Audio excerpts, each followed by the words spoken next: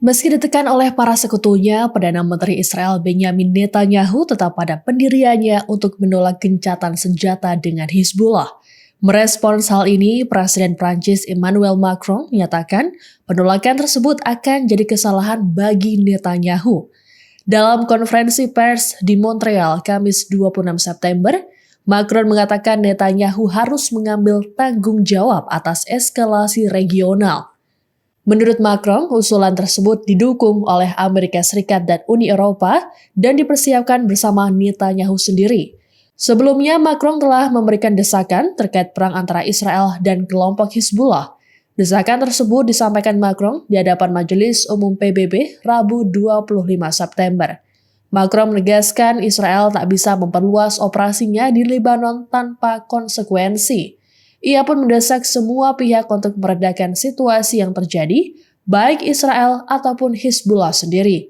Lebih lanjut, Macron berujar Prancis akan mengupayakan agar suara diplomatik bisa didengar. Adapun peristiwa serangan udara Israel ke Lebanon Selatan dan Timur pada pekan ini telah menewaskan kurang lebih 700 orang. Namun rupanya gempuran terhadap Hizbullah akan terus dilakukan sampai tujuan perang Israel tercapai. Bahkan muncul peluang terjadinya invasi darat ke Libanon oleh militer Israel. Le nombre de victimes civiles des frappes israéliennes au Liban de ces derniers jours est absolument choquant et je veux ici redire notre solidarité au peuple libanais. La France, qui a toujours été claire et évidemment fermement condamné et de manière systématique toutes les frappes et les agissements du Hezbollah, qu'ils touchent d'ailleurs les populations libanaises elles-mêmes, et Israël. La France s'oppose à ce que le Liban devienne un nouveau Gaza. Israël doit cesser ses frappes et le Hezbollah sortir de sa logique de représailles. Il y a une voie diplomatique, elle est exigeante. Nous sommes prêts à y contribuer avec les États-Unis.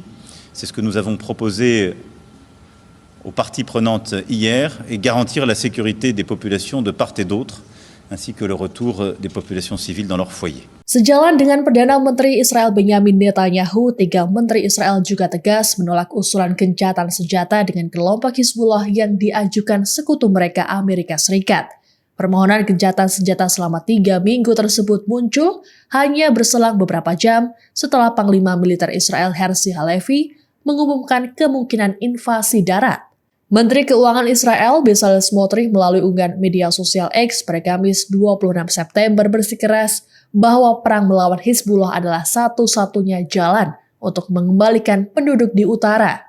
Menurutnya, Hizbullah tak boleh diberi waktu untuk pulih dari pukulan berat yang diterima melalui gencatan senjata tersebut. Sementara itu, Menteri Keamanan Nasional Ben Gvir yang terkenal kontroversial mengancam akan memboikot kegiatan kabinet jika pemerintah menyetujui gencatan senjata sementara. Selain memboikot, Gvir juga mengancam akan mengundurkan diri sepenuhnya jika gencatan senjata menjadi permanen.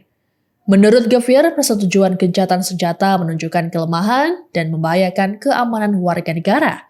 Sementara itu, Menteri Luar Negeri Israel Katz di hari yang sama juga turut memberikan sikap serupa. Katz menekankan bahwa tujuan perang Israel harus tercapai, sehingga mereka akan menggunakan kekuatan penuh untuk melawan Hizbullah. Presiden Palestina Mahmud Abbas menyerukan penghentian pengiriman senjata ke Israel demi menghentikan genosida di Gaza dan tepi barat. Hal ini disampaikan Abbas melalui pidatonya di sidang Majelis Umum PBB pada Kamis 26 September di New York. Abbas menyatakan kegilaan Israel tak boleh berlanjut dan seluruh dunia harus bertanggung jawab atas apa yang terjadi di Gaza dan tepi barat. Lebih lanjut, Abbas menyinggung peranan Amerika Serikat dalam konflik Gaza. Abbas mengatakan peran AS adalah penggunaan veto di Dewan Keamanan PBB yang menggagalkan resolusi atas operasi Israel. Selain itu, AS dianggap memberi Israel senjata mematikan yang digunakan untuk membunuh ribuan warga sipil Palestina, termasuk wanita dan anak-anak. Hal inilah yang kemudian membuat Israel terus-terusan melakukan agresi di wilayah Palestina. Abbas bahkan menyatakan Israel tak pantas berada di PBB. Adapun sejak perang meletus pada 7 Oktober 2023 lalu, kini tercatat lebih dari 41.000 orang di Palestina tewas. Stop this crime. Stop it now. Stop killing children and women. Stop the genocide. Stop sending weapons to Israel. This madness cannot continue. The entire world is responsible for what is happening to our people in Gaza and the West Bank. The West Bank that is under a daily and continuous Israeli aggression. It is under a vicious settlement activity. They're building everywhere in Palestine, as if all of Palestine is theirs. It is subjected to the terrorism of gangs of settlers under the patronage and support of the Israeli government and the occupying army, which destroys hundreds of houses in the lands of Palestine, not to mention what our eternal capital, Al-Quds, is being subjected to in terms of campaigns to change its nature, to Judaize it, and to aggress it and its holy sites and landmarks, to change its historic and legal status. Menteri Luar Negeri Amerika Serikat Antony Blinken memperingatkan Israel bahwa eskalasi lanjutan di Libanon justru akan berdampak sebaliknya, yakni para penduduk yang kesulitan kembali ke rumah di kedua sisi perbatasan. Hal ini disampaikan Departemen Luar Negeri AS untuk merespons penolakan Israel terhadap usulan gencatan senjata dengan Hizbullah pada Kamis 26 September. Meski Israel menolak, namun Amerika Serikat dan Prancis masih berusaha menjaga prospek gencatan senjata selama 21 hari yang mereka usulkan. Peringatan tersebut telah disampaikan oleh Blinken dalam pertemuan dengan Menteri Urusan Strategis Israel Ron Dermer. Dalam kesempatan tersebut, Blinken juga turut membahas upaya untuk mencapai gencatan senjata di Gaza, serta langkah yang perlu diambil Israel untuk meningkatkan pengiriman bantuan kemanusiaan. Sebagai informasi terkait usulan gencatan senjata di Gaza, Presiden Joe Biden telah mengajukan proposal pada 31 Mei lalu. Dalam proposal tersebut terdapat 3 fase gencatan senjata. Namun upaya gencatan senjata di Gaza menemui kendala karena tuntutan Israel untuk mempertahankan koridor Philadelphia. Arab Saudi mengumumkan pembentukan koalisi global untuk mendirikan negara Palestina pada Kamis 26 September. Aliansi global ini diluncurkan saat pidato Menteri Luar Negeri Arab Saudi, Pangeran Faisal bin Farhan Al Saud, di pertemuan yang melibatkan Liga Arab, Organisasi Kerjasama Islam atau OKI, dan Norwegia. Pangeran Faisal mengatakan pertemuan pertama akan digelar di Riyadh, Arab Saudi. Kemudian, pertemuan lanjutan pertama juga akan dilaksanakan di Riyadh dan Brussels. Menurut Faisal, inisiatif tersebut merupakan upaya bersama Arab dan Eropa.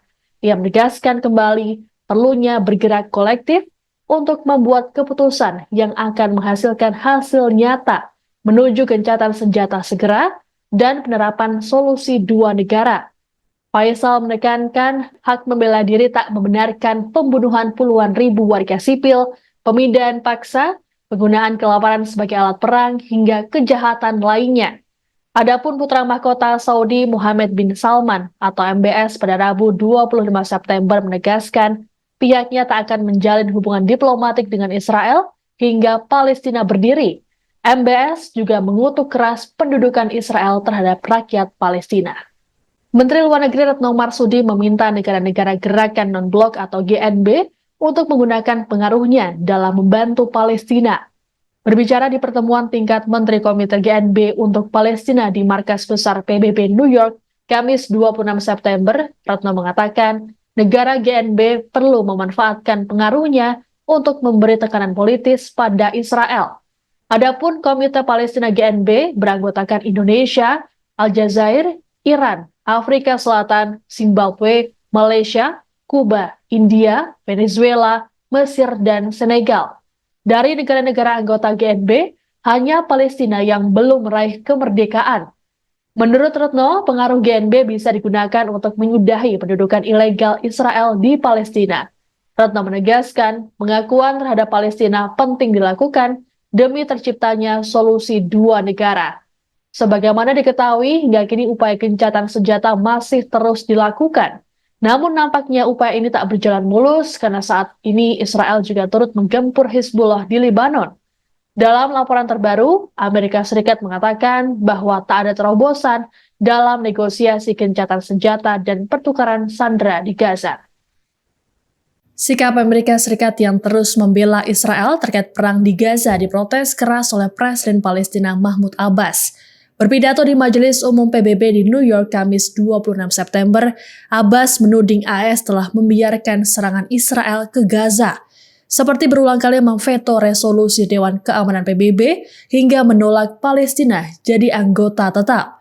Tak hanya itu, AS juga jadi pemasok utama bantuan militer senilai miliaran dolar tiap tahunnya. Padahal di saat yang sama, Israel sudah menewaskan puluhan ribu warga sipil, termasuk anak-anak dan wanita. Meski saat ini AS bersama Qatar dan Mesir berusaha jadi pihak yang menengahi konflik, namun upaya tersebut belum berhasil.